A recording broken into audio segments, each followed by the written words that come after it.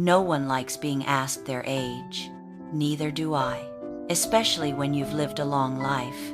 People ask so casually, sometimes with a smile. You look so sweet, a sweet little old lady. I stand there. I hear every word clearly, and I don't know how to respond. Not because I'm ashamed, not because I'm denying time, but because, in that moment, I realize I've just been placed into a box called age. Weiss, the Laskin, and Alfres.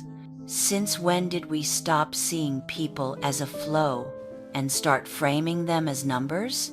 Since when did we begin to believe that every age must come with an approved way of living? I've lived long enough to understand that these familiar beliefs are not as harmless as we like to think.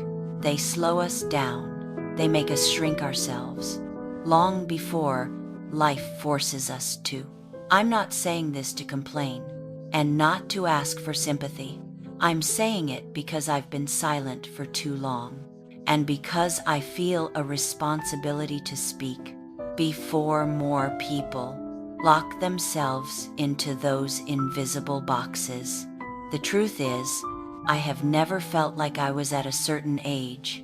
I have only felt that I am living, changing, moving through time in my own way. But I also have to admit something. I once believed in those boxes. I once played my part, the right role, the right age, the right expectations, until one day, a very small incident happened.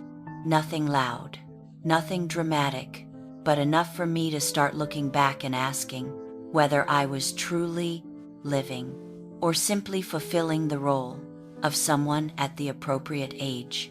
People always seem to know who you should be. They don't need to ask you. They just look at your age. Teenagers are allowed to be impulsive. Your 20s are when you're supposed to start getting serious. 30 is for settling down. 40 means being mature. 60 means you should slow down. And at some point, they wrap it all up in one neat word: retirement. I've heard these lines my entire life, so often that they started to sound true, so long that I stopped questioning them. There were days I sat quietly, telling myself, maybe I should be like that too, not because I wanted to, but because I was afraid of playing the wrong role. Yet the longer I live, the more I notice something strange. I have never felt that I was living at any particular age.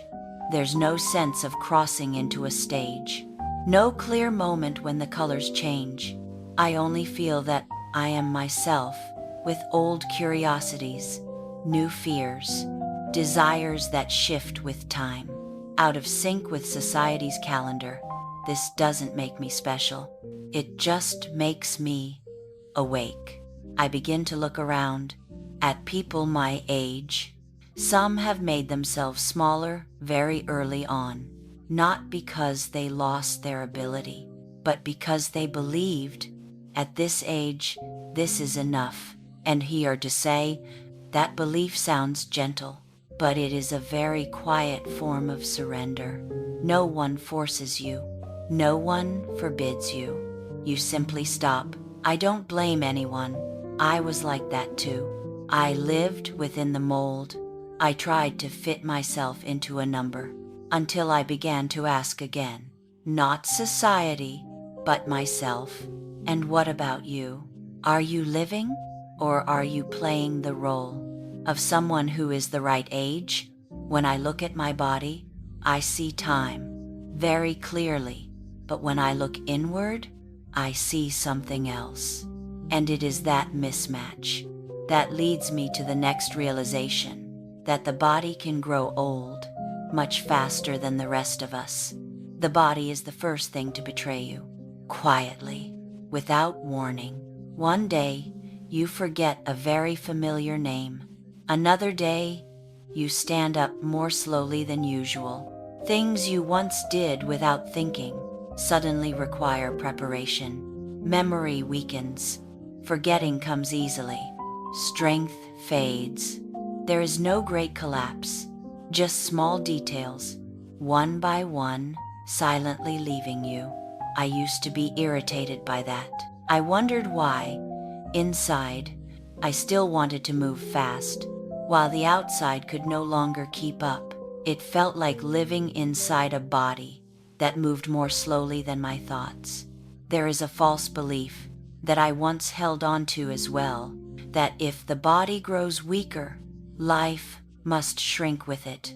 Less desire, less dreaming, less beginning. But time taught me otherwise, very slowly, very roughly. There are things that cannot be changed. You cannot negotiate with age. You cannot bargain with your bones and joints. You cannot ask for your old memory back. You can only learn how to endure it. But endurance does not mean giving up. Endurance is not surrender. It is accepting new limits, without erasing the part of you that is still alive. Inside me, curiosity is still there. The need to understand, to try, to fail, is still intact. I simply have to move more slowly, choose more carefully, and listen to my body more, instead of forcing it to keep the old rhythm. I see this in many people. They don't stop because they cannot go on. They stop because they believe they've reached the age when one should stop. And I ask myself, a question for both you and me: are we truly exhausted, or are we borrowing the body as an excuse not to take the next step? The body is like a chessboard. At the beginning, all the pieces are intact, but the further you go, the more each move requires consideration. And from that, I learned the next lesson, that in life, a single wrong move can be enough to make you look back for a very long time. I began playing chess when I was already very old, not to prove anything, only because I needed something slow enough to move at my pace. Then I became addicted to it, not because of winning, but because of a feeling that was deeply familiar. Every time I looked at the board, all it takes is one wrong move. No noise. No one shouts. But you know the instant it happens, that you've paid a price. The most haunting thing is not losing. It's the question that keeps repeating in your head. How did I end up making that move? I sit there for a long time, staring at the motionless pieces. There is no one to blame, no circumstances, only choice. And I realize that this feeling is not unfamiliar at all. Life is the same. We don't live by perfect moves. We live among wrong ones. Wrong because we rushed. Wrong because we were afraid. Wrong because we thought we had many turns left. There is a mistaken belief that I carried with me for a long time, that mistakes are only frightening when we are young, that later on we should play it safer, take fewer risks. But the chessboard taught me the opposite. The closer you get to the end, the more every move matters. Not because you have fewer pieces, but because you don't have many turns left to fix things.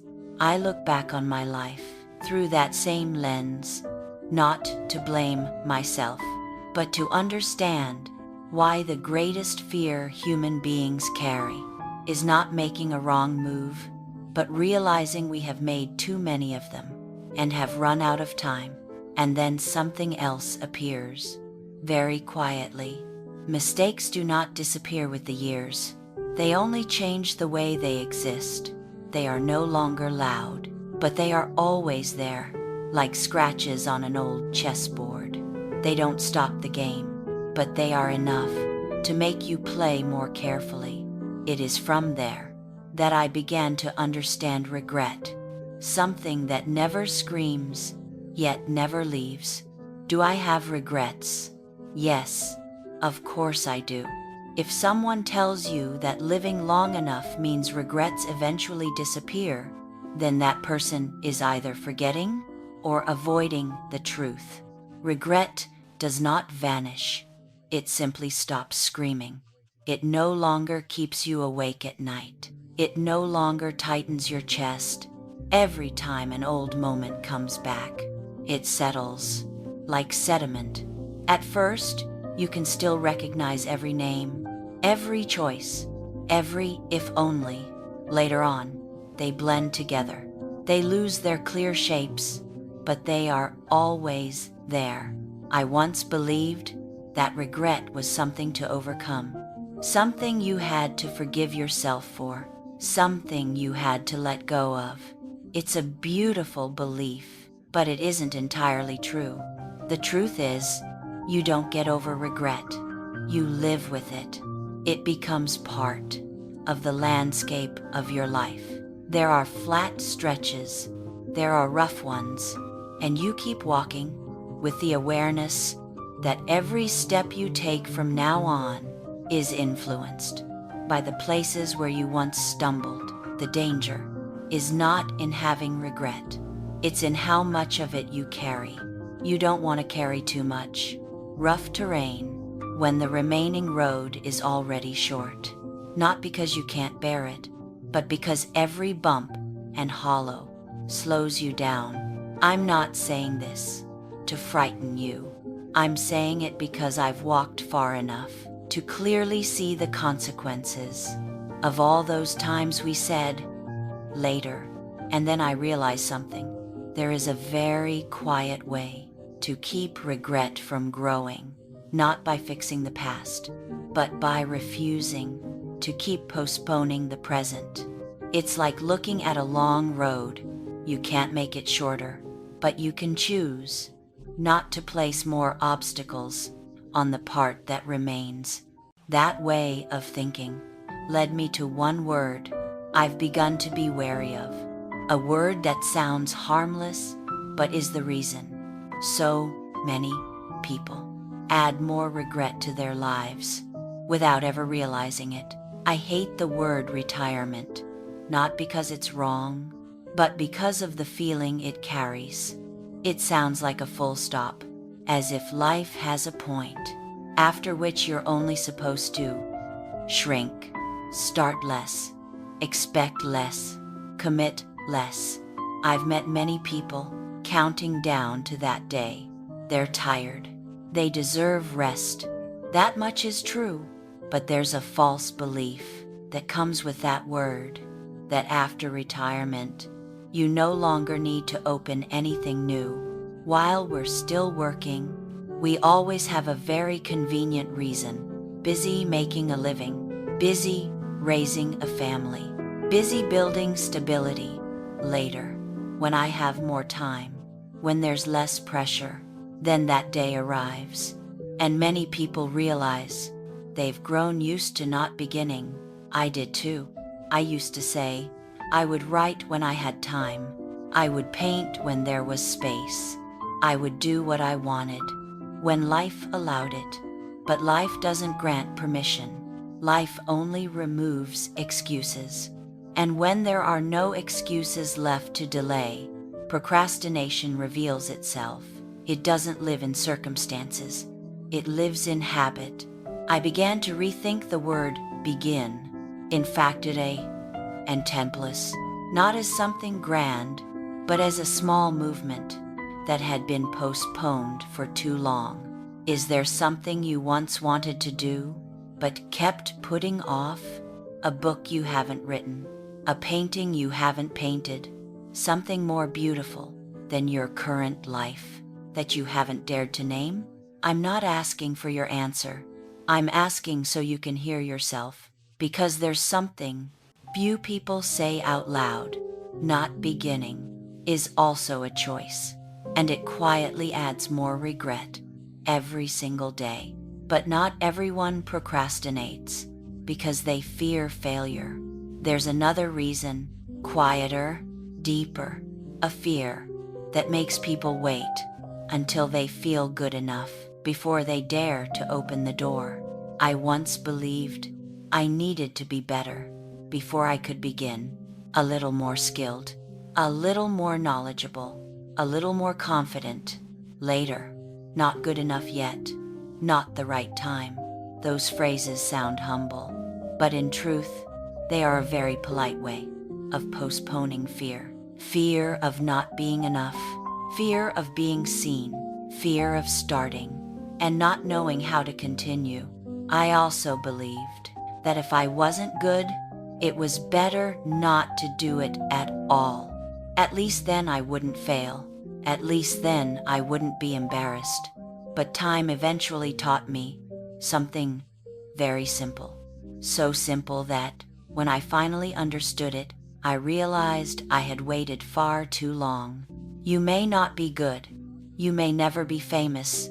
You may do something no one cares about. But if you don't open that door, that part of you will slowly die without making a sound.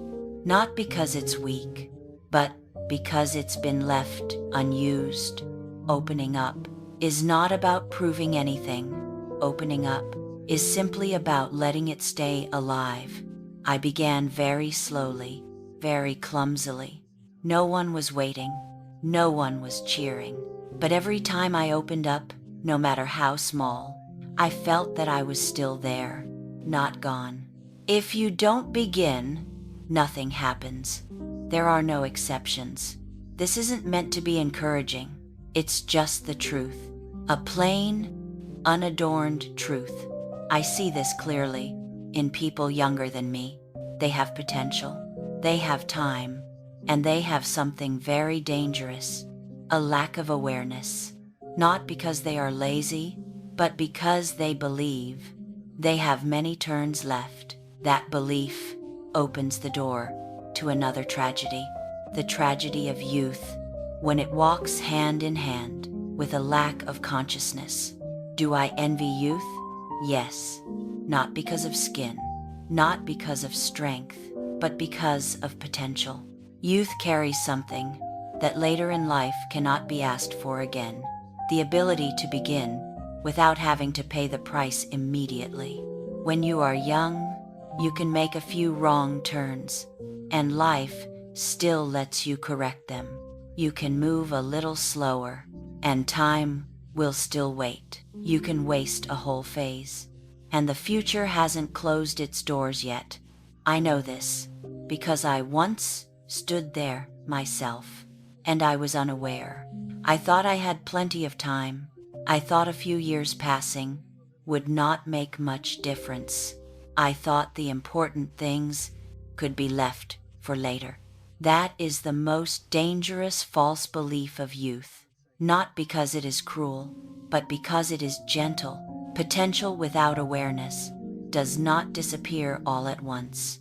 It is hollowed out day by day, no pain, no noise, until one day you look back and realize you used time to postpone yourself. I'm not saying this to blame the young. They are not taught how to see time. They are only taught how to enjoy it. But enjoyment without awareness is a very polite form of waste. No one complains. No one stops you. And later, you are the one who must live with the consequences. I meet many young people who say they're not in a hurry, that they don't need to decide yet, that they don't need to commit to anything. I hear them, and I see my younger self, the same voice, the same certainty, and I ask myself, not for them, but for you listening right now, if your potential is being used to postpone, when will the real price actually come due? Because there is a truth that only reveals itself very late. That time doesn't just pass, it passes with a very clear limit. And when you are awake enough to look straight at that limit, you will realize there is something that has always been standing behind you, quietly, yet never absent. Death is not the tragedy, at least not in the way people usually think. The tragedy is not that it comes, but that we live as if it will never be there. I didn't think much about death when I was young, not because I was brave, but because it was too far away to become a real concern. It felt like a concept, not a fact, until I began to sense that it was no longer standing at the end of the road, but right behind me. No major event was needed, no dramatic loss. Just one morning, you wake up and realize that time no longer stretches the way it used to. It feels closer, clearer, not threatening, just present. There is a false belief we are very fond of holding on to, that thinking about death will darken life, that it's better to ignore it in order to live more lightly. But I learned the opposite. Ignoring death is what actually distorts life. It makes us postpone. It makes us spend time as if it were endless. If you don't feel that time is very near, you are living in an illusion. Not because you are foolish, but because that illusion helps us breathe more easily in the short term. The price, however, always comes later. I'm not saying this to frighten you. I'm saying it because when death is placed in its proper place in awareness, it does something very strange. It gives weight back to each day. You begin to ask different questions. You stop asking, "Should I?" and start asking, "Is it worth it?" And when those questions appear, you naturally slow down, not because you are weak, but because you are looking more carefully, like standing in front of very small things. Things that seem insignificant, yet are where life is truly happening. It was there, in the smallest moments, that I found a very quiet way to become awake without needing any more time. In the end, I realized that life doesn't leave us with a shock. It leaves very gently, through ordinary days, through mornings, when we wake up without noticing that we are still here. A leaf after the rain, sunlight falling across the floor, a cup of tea that's still warm, a morning where you can still open your eyes. There is nothing grand in any of this, and that is exactly why it is so easy to overlook. I used to think life would give me a sign, a clear moment, to know that it was time to live differently, but it never does. There is no bell, no reminder. Life doesn't disappear suddenly. It slips away when you're not paying attention. That is the paradox that jolted me awake, not because it was new, but because I had known it for a very long time and still lived as if I hadn't heard it. Now, I no longer speak much about me because this story does not belong to me alone. It is unfolding in your life right now. You don't need to change everything. You don't need a big decision. You don't need to become someone else. You only need one thing: to notice that every time you say later, a choice has already been made. There is no undo button. And so, my call to you is very short, very direct. Don't wait. Not to be good enough, not to be less busy, not for a perfect moment. If you don't live now, what exactly are you waiting for? That question doesn't need an answer from me. Just let it stay with you long enough for you to begin before time does it for you.